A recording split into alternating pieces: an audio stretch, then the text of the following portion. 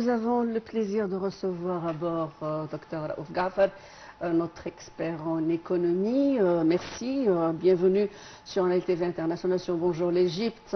Bonjour docteur. Bonjour. Alors aujourd'hui on parle d'une nouvelle étape qui a été entamée entre, je veux dire, deux coordinations mutuelles entre l'Égypte et l'Arabie Saoudite. Il s'agit d'un revers de coordination politique mais aussi économique. Permettez-moi de commencer avec le volet politique avant d'aborder le côté économique. Il s'agit donc d'une coordination de vue, d'une concertation entre l'Arabie Saoudite et l'Égypte qui sont deux pays qui ont une très grande pesanteur au niveau du Moyen-Orient et donc au sein d'une situation désastreuse, que ce soit la guerre, l'agression israélienne et le génocide à Gaza, d'une autre part l'agression israélienne contre le Liban. Et donc comment s'est passée cette coordination entre ces deux nations, le chef de l'État Abdel Fattah al-Sisi et l'émir Mohammed Ben Salman? Oui, oui. Ce sont les deux plus grands pays dans le monde arabe, d'un côté et de l'autre de la mer Rouge, ce qui représente une zone assez, disons, pleine de crises du nord et du sud. Ces deux grands pays devaient justement échanger les points de vue et les avis vis-à-vis de tout ce qui arrive au Liban, au Gaza, au Soudan, en Syrie, dans la mer Rouge, dans le sud de la mer Rouge, c'est-à-dire c'était vital de discuter ce qui arrive et d'aboutir à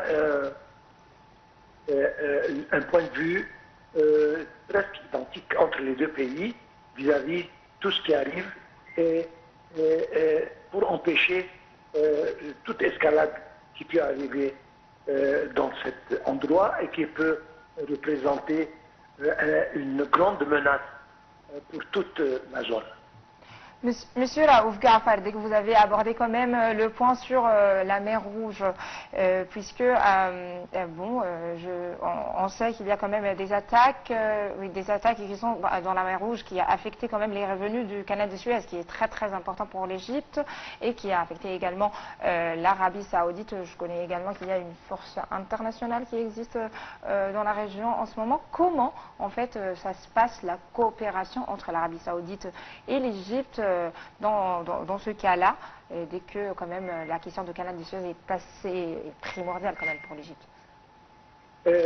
C'est-à-dire pas seulement le canal de Suez, c'est-à-dire une grande partie du commerce saoudi-arabien, il passe par la mer Rouge. Donc il y a beaucoup de ports assez importants saoudiens sur cette mer. Donc c'est une crise commune, c'est-à-dire il y a un intérêt commun d'empêcher l'escalation de ce qui arrive, surtout dans le sud, et c'est pour ça que ces deux grands pays ils se sont mis d'accord pour avoir le même point de vue pour justement essayer de trouver des solutions sur le plan régional, sur le plan international, pour justement empêcher ces crises et ces choses de devenir de pire en pire. Docteur Raouf Gafar, bien entendu, il y a un consensus sur cette question du retour à la légitimité internationale et la création d'un État palestinien comme étant la solution. Permettez-moi, parce que vous êtes économiste, de parler en termes économiques. Il s'agit de la création du Conseil suprême de coordination entre les deux pays, mais aussi la création de la signature de cet accord conjoint pour l'encouragement et la protection des investissements mutuels. Parlez-nous un petit peu de ces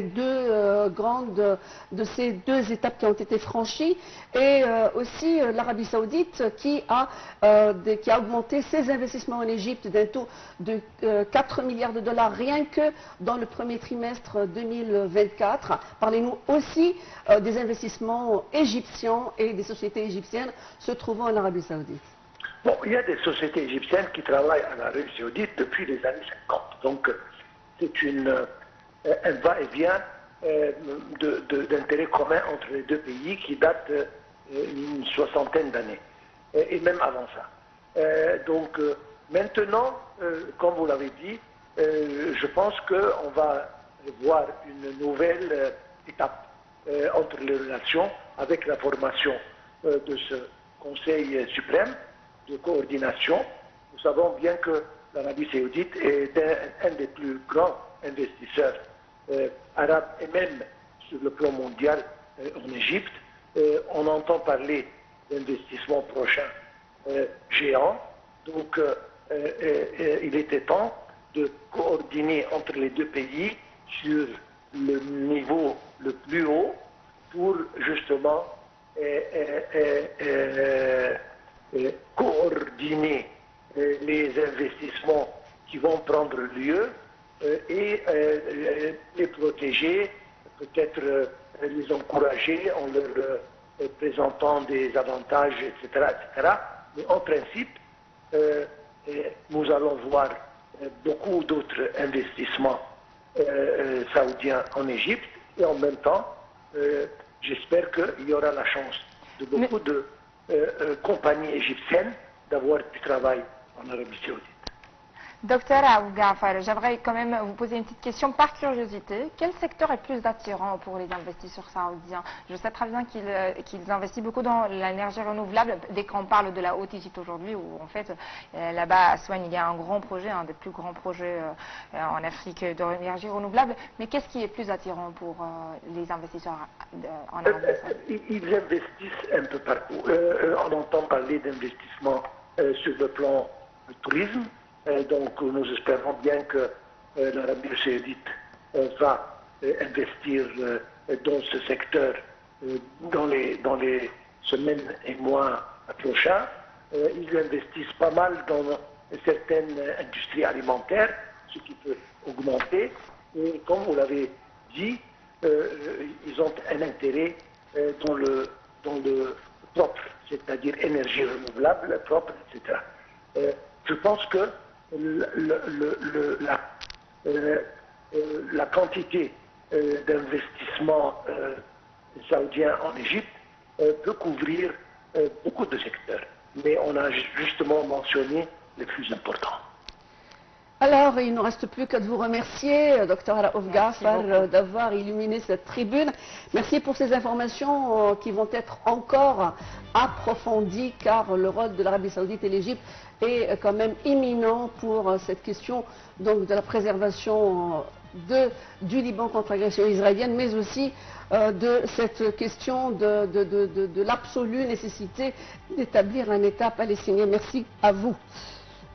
Et on arrive, Lamia, à la fin de ce programme. Malheureusement. J'espère que tu as passé un bon moment ce matin. Non, mais c'était super, mais vraiment, vraiment, je vous remercie énormément. C'est un grand plaisir d'être avec vous, à vos côtés. C'est vraiment tout ce que je voulais. Merci beaucoup, mesdames et messieurs. Mais vraiment, c'était incroyable pour une première fois. Ça me fait trop, trop plaisir. Voilà, et nous aussi, nous attendrons donc dans cette tribune nos autres collègues donc, qui se sont également joints à nous sur Naïf TV International. Tout le plaisir était pour moi, Lamia. Et bien entendu, l'information et les programmes continuent sur Naïf TV International. Merci à toutes, merci à tous.